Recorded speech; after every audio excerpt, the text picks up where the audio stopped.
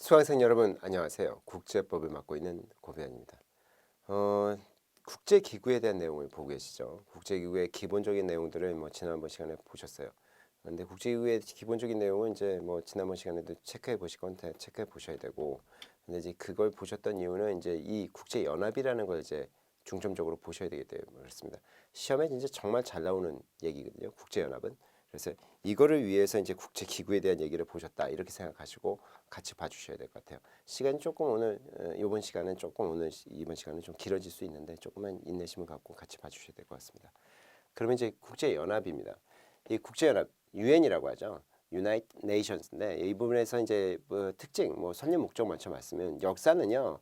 2차 세계대전이 끝나갈 때쯤에 결국 이제 이 연합국 측이 이걸 만들게 했죠. 그래서 맨 처음에 대서양 현장이라고 해서 그 영국의 처칠 수상하고 미국의 프랭클린 루즈벨트 대통령이 이제 만들기로 얘기했고 1941년이었을 겁니다. 아마 그 다음에 이제 1943년경부터 이제 당시 이제 중국의 지금 현재 중국은 아니고 장개석 정부 여기까지 붙어서 미영중이 얘기를 했다가 또 이제 소련이 들어와서 스탈린이 들어와서 스탈린이 얘기하고 이런 과정 속에서 이제 결국 이것이 골격이 만들어져서 범세계주의에 입각한 이걸 만들자 이렇게 했죠. 그래서 이제 덤프튼 오크스 회담이라고 하는 여기서 이제 유엔의 골격이 만들어졌고 민감한 쟁점들은 이제 얄타 회담에서 어느 정도 합의를 봤어요. 미국, 영국, 소련이. 그런 다음에 이제 결국은 이제 전쟁이 끝나고 나서 1945년 10월경에 샌프란시스코 이쪽에서 어떻게 됐다? 유엔의 헌장을 발효하면서 사실상 유엔이 만들어졌죠. 이 유엔은 결국 이제 이 독일 등 주축국이라고 부릅니다. 독일, 그다음에 이탈리아, 그다음에 이제 이런 나라들, 이쪽 동네들 이런 나라들을 이제 선전포고했던 이제 연합국들, 소련이나 아니면 이제 미국이나 영국, 그다음에 프랑스 이쪽의 국가들이 한 50개 국가 정도 됐는데 이 국가들이 나와서 이제 만든 것이고요. 출범 당시에 이제 구소련 공화국이었던 나라들도 우크라이나나 벨로루스는 이제 구소련 안에 있는데도 회원국 자격이 인정받아서 이제 소련이라는 나라가 좀 독특해서 그래요. 이게 사실 한 국가처럼 운영됨에도 불구하고 또 이게 자치국가 형태로 가져 있고 그랬었어요. 소비에트 연합이라는 것 자체가. 그래서 이런 게 들어올 수도 있었고 아직 이제 이 영국이나 이런 데로부터 미국이나 이런 데로부터 이제 벗어나지 않았던 인도, 영국이 영이었고 그다음에 이제 필리핀 같으면 이제 미국 영이었는데도 이 독립국가처럼 해서 가입할 수 있게끔 했던 거죠. 독특하죠.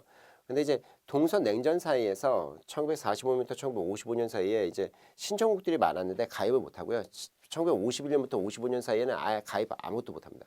왜 그러냐면 특히 이제 우리나라 전쟁, 한국 전쟁이 특히 큰 영향을 해서 미국하고 소련이 굉장히 극단적으로 대립하게 됐고 특히 소련이 뭘 얘기했냐면 중국이 사실 이제 국공내전이라고 해서 장개석이 이끌던 국민당 정부가 나가고 공산당 즉 마오쩌둥 모태통 정부가 들어선 다음에 사실상 중국은 모태통 정부 아니냐. 그래서 왜 대만이 이제 장개석 정부가 도망갔거든요. 대만이 왜 중국의 그 거부권을 갖고 있느냐. 그래서 막 한 6개월 동안 불참하고 그랬었어요. 이런 부분이 많아서 잘 못 들어갔었죠. 우리나라도 이때 들어가고 싶었는데 1949년에 유엔에 들어가려고 했는데 못 들어갔었죠. 역사적으로. 북한도 못 들어갔지만. 그런 과정 속에서 이제 여기 보시는 것처럼 1955년에 극적 타결을 봐가지고요. 한국이나 베트남 빼놓고는 거의 다 들어오게끔 했고요.